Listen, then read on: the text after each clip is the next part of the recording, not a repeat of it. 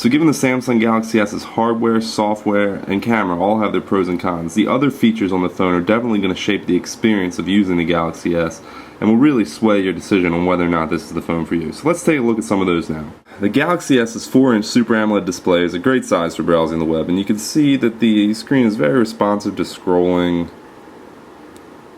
pinch to zoom, and loading of pages goes fairly quickly. We're on a Wi-Fi connection, and you can see it just comes right up. Taking a look at YouTube's mobile page, we'll just load up a video to see how YouTube plays on here.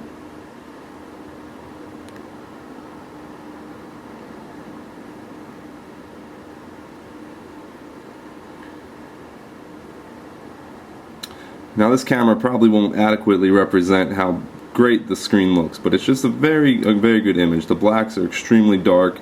They almost blend in with the bezel of the screen, and the colors are very crisp and pop out at you. And while that Super AMOLED screen is great for viewing media right on your phone, there are also several options for getting that media out onto a bigger screen. And the first is just a standard definition TV out by means of the 3.5mm headset jack. And you can see there in the settings menu you can adjust, you can turn that on and off and change the formatting of it. Another option for getting your media onto a bigger screen, and the only way to view your media in HD, is to use Samsung's All-Share application, which is a wireless DLNA protocol for viewing media from your phone on your TV, viewing media from a server on your phone, or using your phone to control what's on a media server in your house and watching that on another screen. Now, what isn't hard to set up, you can just go in here and set everything up, and you choose your format, and it'll go in and you'll pick a video and play it, and it should theoretically send it to the device. But the problem is that DLNA does not use standardized codecs across the platform, so you might run into some trouble getting the video format from your phone to play on your TV and vice versa.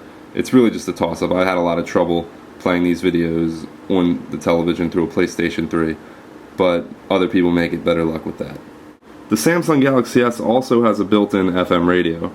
Just like other handsets that have this feature, you're going to need to plug in a set of headphones to act as an antenna, but you can turn the speaker on and off so you don't have to listen through the headphones. You can make favorites, add channels so that you can easily access the stations you listen to the most, and I think overall it's a really good FM radio experience on a handset, and it's definitely something that we're starting to see more on handsets, and it's not a bad thing. It's actually a really neat little feature. Now let's take a look at 3D gaming on the Galaxy S, and it's really one of the best aspects of this device. In my time testing it, I've probably spent more time playing this Asphalt 5 game than I've done anything else, and it's just because it's been kind of addictive, but it's also a really fun and easy experience to get into. So let's get into a game, and you can see the 3D graphics look crisp and clear and very responsive. There's no real lag. Load times are alright. They're not as quick as you'll get on modern consoles, but they're definitely nothing to be worried about. Now, Asphalt, granted, is the only thing I tried out with the 3D gaming, but then again, Android doesn't have the hugest 3D gaming library, but there are definitely more games that have been coming out. And with devices like the Galaxy S encouraging much more capabilities in 3D graphics, I think we're going to see a lot more games like this that are definitely going to bring Android gaming to a new level.